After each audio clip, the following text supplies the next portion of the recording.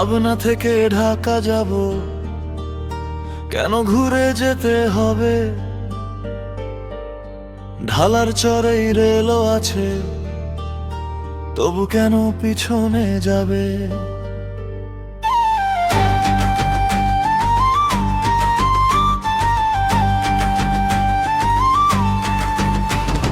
পাবনা সদর থেকে উঠবো ট্রেনে, ঢাকার পথে যাব,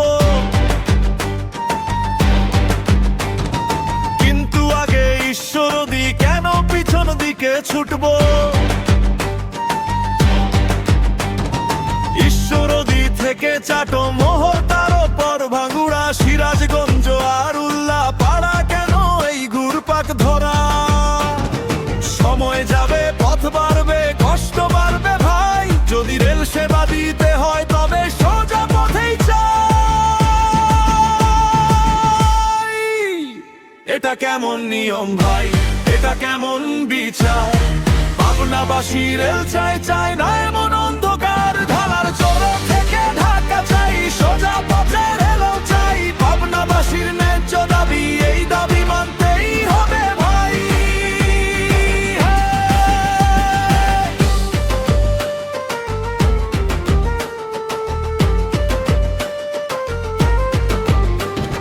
শহরেরও মানুষ চাটো মোহরে নেমে যাবে শেষে,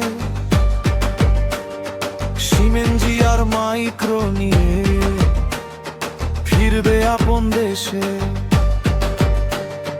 কারণ সবার একটাই চাওয়া, দ্রুত বাড়ি ফেরা।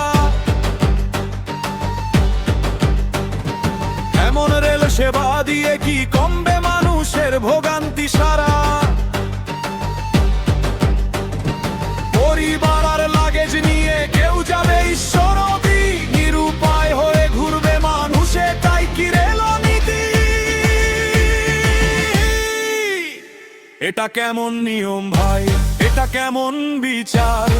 পাবনাবাসী রেল চাই, চাই না এমন অন্ধকার। ঢালার চর থেকে ঢাকা চাই, সোজা পথে রেল চাই। পাবনাবাসীর ন্যায্য দাবি, এই দাবি মানতেই হবে ভাই। রেল চাই আমরা, কিন্তু এমন রেল নয়, ঢাকায় যেতে গিয়ে আগে পিছনে যেতে হয়। রেল চাই আমরা, সময় বাঁচাতে চাই, পাবনার মানুষের জন্য ন্যায্য পথটাই চাই।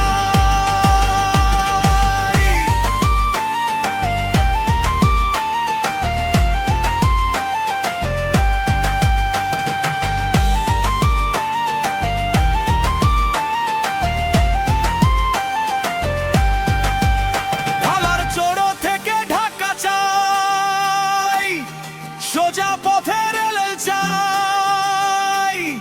পাবনার মানুষের অধিকার, এই অধিকার ফিরিয়ে চাই। এটা কেমন নিয়ম ভাই, এটা কেমন বিচার?